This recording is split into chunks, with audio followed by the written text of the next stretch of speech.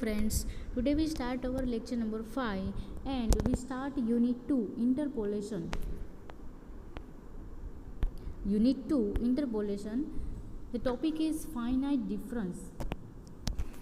Let's set the value of y is equal to f of x is સૌથી પહેલાં તો તમને value આપેલી હશે એક્સ અને વાયનું ટેબલ આપેલું હશે. ઇન્ટરપોલેશનનો મતલબ શું થશે કે જ્યારે તમને કોઈ વેલ્યુ અહીંયા x0 x1 ને વેલ્યુ આપેલી હશે તો આની વચ્ચેની કોઈ પણ વેલ્યુ આપણે ફાઇન્ડ કરવાનું થશે ત્યારે આપણે આ મેથડનો યુઝ કરશું. કે આમાં ઘણી બધી મેથડ આવશે ઇન્ટરપોલેશનમાં.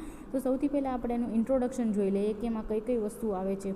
ફાઇનાઇટ ડિફરન્સ એક્સ અને y, x0 y0, x1 y1, x2 y2, x3 y3, એ રીતે xn yn.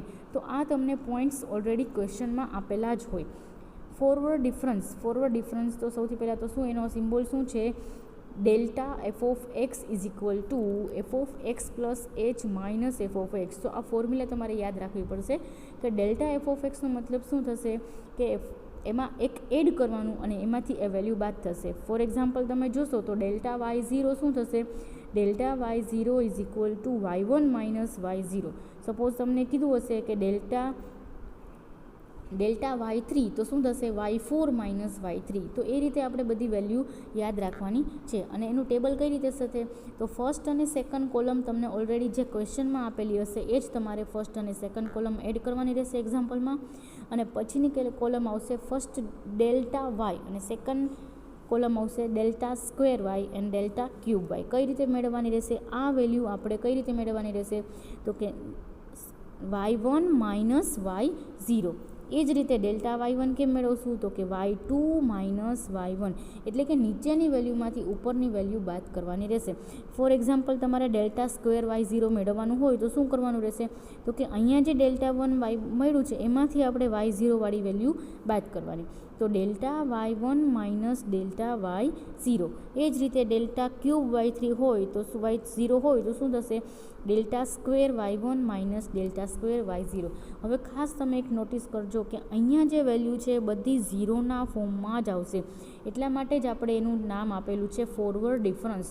તો એ જ રીતે આપણે બેકવર્ડ ડિફરન્સ પણ આવશે. તો એટલા માટે ખાસ યાદ રાખવાનું છે y0, delta y0, delta square y0 અને ડેલ્ટા ક્યુબ y0. આટલી વેલ્યુ આપણે ખાસ યાદ રાખવાની રહેશે. તો એ જ રીતે આપણે એના પછીનું જોઈશું તો શું થશે બેકવર્ડ ડિફરન્સ. તો બેકવર્ડ ડિફરન્સનો સિમ્બોલ કેવો છે, nabla f of x. Nabla f of x is equal to શું થશે તો કે f of x minus f of x minus h. એમાંથી એ વેલ્યુમાંથી એનાથી એક ઓછી બાદ કરવાની. ફોર એક્ઝામ્પલ તમે જોશો તો નેબલા y1 એટલે શું થશે તો કે y1 માઇનસ y0. એ જ રીતે ડેલ્ટા y1 યાદ કરો તો શું થતું હતું ડેલ્ટા y1 માટે તો કે y2 માઇનસ y1 થતું હતું. તો અહીંયા શું થશે નેબલા y1 is equal two y1 minus y0. Okay, તો હવે એના પછી ડેલ્ટા સ્ક્વેર એટલે કે ડેલ્ટા સ્ક્વેર y2 મારે મેળવવું હોય તો શું કરવું પડે, પ્રોસેસ તો સેમ એ જ પણ અહીંયા જે નામ હતું એ ચેન્જ થઈ ગયું. એટલા માટે હવે આપણે યાદ રાખવાનું રહેશે બેકવર્ડ એટલે કે આ જે છે એ ખાસ બધી વેલ્યુ યાદ રાખવાની. આમાં તમે જોશો તો નામ કઈ રીતનું આપેલું છે, 3ના ફોર્મમાં આપેલું છે એટલે લાસ્ટથી આપેલું છે x3 y3, nabla yn, nabla square yn અને નેબલા ક્યુબ yn. તો જ્યારે એક્ઝામ્પલ આપણે કાઉન્ટ કરશું ત્યારે આ બધામાં આ વેલ્યુની જરૂર પડશે. તો એ ખાસ યાદ રાખવાના જ રહેશે. હવે એના પછી ખાસ થોડાક સમ ઇમ્પોર્ટન્ટ રિઝલ્ટ યાદ રાખી લઈએ. E f of x is equal to E f of x ઈને આપણે ત્યાંથી રિમૂવ કરીએ તો અહીંયા શું થઈ જશે એક એડ થઈ જશે. હું તમને એમ કહું કે ઈ y1 તો ઈ y1નો મતલબ શું થઈ જશે y2, એટલે કે અહીંયા જે ઘાત છે અને અહીંયા છે એ બંનેનો એડિશન થઈ જશે. તો અને એવી રીતે અહીંયા ઈ -1 હોય તો શું થઈ જશે એમાંથી એક બાદ થશે. તો આ ખાસ તમારે યાદ રાખવાનું રહેશે. ઈ રેસ ટુ -y1 હોય તો શું થશે y0 થઈ જશે. એટલે કે અહીંયા જે બંને હોય એ બંનેનો એડિશન થઈ જાય પછી માઇનસ હોય કે પ્લસ. તો એના માટે એક ફોર્મ્યુલા તમારે યાદ રાખવાની રહેશે ઈ f of x is equal to f of x plus H. અને ખાસ કરીને આ 4 ફોર્મ્યુલા જે છે એ યાદ રાખશો તો જ તમને આગળના એક્ઝામ્પલ આવડશે. Delta is equal to E -1, nabla is equal to 1 minus E raise to -1, del is equal to આનો સિમ્બોલ શું છે del is equal to E raise to 1/2 minus E raise to -1/2 and mu is equal to E raise to 1/2 plus E raise to -1/2/2. તો આ 4 formula ઉપરથી આપણે ઘણા બધા example proof કરશું. તો ફર્સ્ટ એક્ઝામ્પલ લઈ લઈએ 1 plus delta into 1 minus nabla is equal to 1. તો જ્યારે પણ કોઈ એક્ઝામ્પલ સ્ટાર્ટ કરીએ ત્યારે આપણે LHSથી એક્ઝામ્પલ ગણવાનું સ્ટાર્ટ કરશું અને ડેલ્ટા અને નેબલાની જે આ ફોર્મ્યુલા છે એ આપણે ખાસ યાદ હોવી જોઈએ. તો ઈ નોંધોટ કરીને આપણે વી know that delta is equal to e minus 1 and nebula is equal to 1 minus e raised to -1. Let the put in LHS 1 plus delta એની જગ્યાએ આવી જશે e minus 1. તો અહીંયા આવશે e અને અહીંયા આવશે e raised to -1. તો આનો આન્સર આવશે 1. તો આપણે 1 પ્રૂફ થઈ ગયું. તો ઓકે, નેક્સ્ટ હવે જોઈએ એના પછીના example. Prove that mu square is equal to 1 plus delta square by 4. તો હવે ઘણી વખત એવું થશે કે અહીંયાથી આપણે આ સાઈડ ના જઈ શકીએ અથવા તો આ બાજુથી આ બાજુ ના જઈ શકીએ. તો એના માટે શું કરવાનું, તો કે આનો અલગથી આન્સર લઈ લેવાનો, એને ઇક્વેશન નંબર 1 આપવાનું, અને આનો અલગથી આન્સર લઈ લેવાનું, એને ઇક્વેશન નંબર 2 આપવાનું, અને આ બંને આન્સર ઇક્વલ આવવા જોઈએ. તો એ રીતે આપણે એક્ઝામ્પલ પણ લઈ શકીએ. તો જોઈએ અત્યારે શું કરશું, તો કે ખાસ કરીને જે મોટું ફોર્મ હોય એમાંથી આપણે નાનું ફોર્મ ક્રિએટ કરી શકીએ. તો સ્ટાર્ટ આપણે ક્યાંથી કરશું 1 પ્લસ ડેલ્ટા સ્ક્વેર બાય 4. જો ઘણી વખત આના ઉપરથી આ ન આવડે તો અહીંયાથી આપણે અટકી જવાનું, આન્સર આવે ને 1 આપી દેવાનું, ફરી આનું સોલ્યુશન કરવાનું, અને ઇક્વેશન નંબર 2 આપવાનું, અને બંનેને ઇક્વલ લઈ આવવાના. તો આ પ્રોસિજર પણ ચાલશે. તો અહીંયા આપણે ચાલુ કરીએ 1 plus delta square by 4, del square by. તો ડેલનું આપણે જે ફોર્મ્યુલા છે ઈ raise to 1/2 minus E raise to -1/2/2. તો એ ફોર્મ્યુલા અહીંયા યાદ હોવી જોઈએ. સોરી, બાય 2 એમાં નથી, મ્યુમાં છે. તો ઈ raise to 1/2 minus E raise to -1/2 અને એનો હોલ સ્ક્વેર છે. ફરી હોલ સ્ક્વેરની ફોર્મ્યુલા આ જે છે અહીંયા આપણે એપ્લાય કરશું. એટલે શું થશે, ઈ raise to 1 -2 plus E raise two -1/4. હવે 4ને આપણે શું કહીશું, LCM લીધું એટલા માટે અહીંયા 1ની જગ્યાએ શું થઈ ગયા છે, 4 થઈ ગયા છે. તો એનો આન્સર આવશે ઈ રેસ ટુ 1ને આપણે આ રીતે લખી શકીએ, ઈ raise to 1/2 plus E raise to -1/2 square. હવે તમે આને છૂટું પાડશો એટલે ઓટોમેટિક આ ઉપરનો સ્ટેપ આવી જશે, અને અપોન 4ની જગ્યાએ 2નો સ્ક્વેર પણ લખી શકાય. તો આ જે છે એ કોની ફોર્મ્યુલા થઈ ગઈ, ઈ raise to 1/2 plus E raise to -1/2/2. તો એ પોતે મ્યુની ફોર્મ્યુલા થઈ ગઈ. તો મ્યુ સ્ક્વેર થશે. એ તો આપણો LHS આવી ગયું, 1 plus del square by 4 is equal to mu square. Next example, del is equal to E into nabla. તો RHS ઇઝ ઇક્વલ ટુ શું છે, ઈ ઇન્ટુ નેબલા.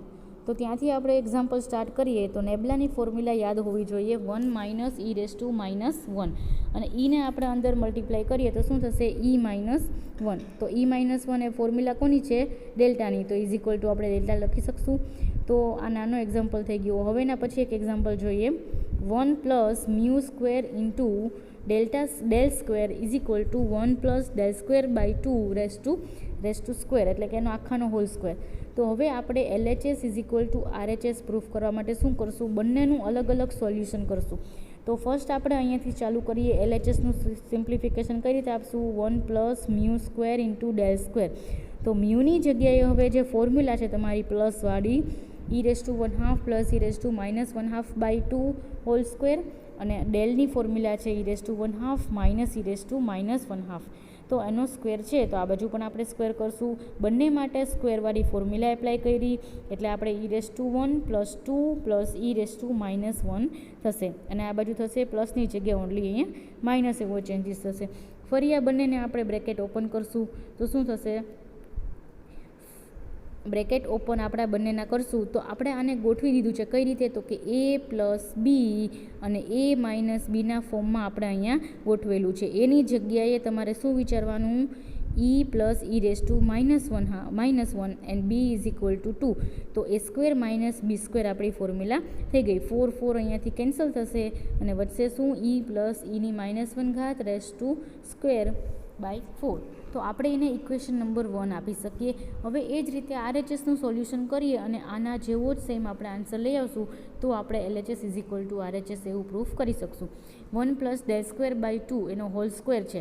તો ડેલ સ્ક્વેરની ફોર્મ્યુલા એપ્લાય કરેલી છે, ફરી સ્ક્વેરવાળી ફોર્મ્યુલા એપ્લાય કરેલી છે, 2ને LCM લીધો છે, અને આગળ આપણે આવી જશે એલસીએમ લીધા પછી સાવ 12 લઈ લીધું છે 4 ને, અને આ જે છે એમાંથી શું થશે 2 2 તો કેન્સલ થઈ જશે, જે વધશે e+e⁻⁻1 no whole square by 4. તો એ જ ઇક્વેશન નંબર 1 આપણું છે. તો ઇક્વેશન 1 અને ઇક્વેશન 2 એટલે કે LHS અને RHSનો જે આન્સર આવે છે કેવો આવે છે equal. So by equation 1 and 2 1 + μ² ∇² = 1 + ∇²/2 okay, આપણે એ વસ્તુ પ્રૂફ કરી શક્યા.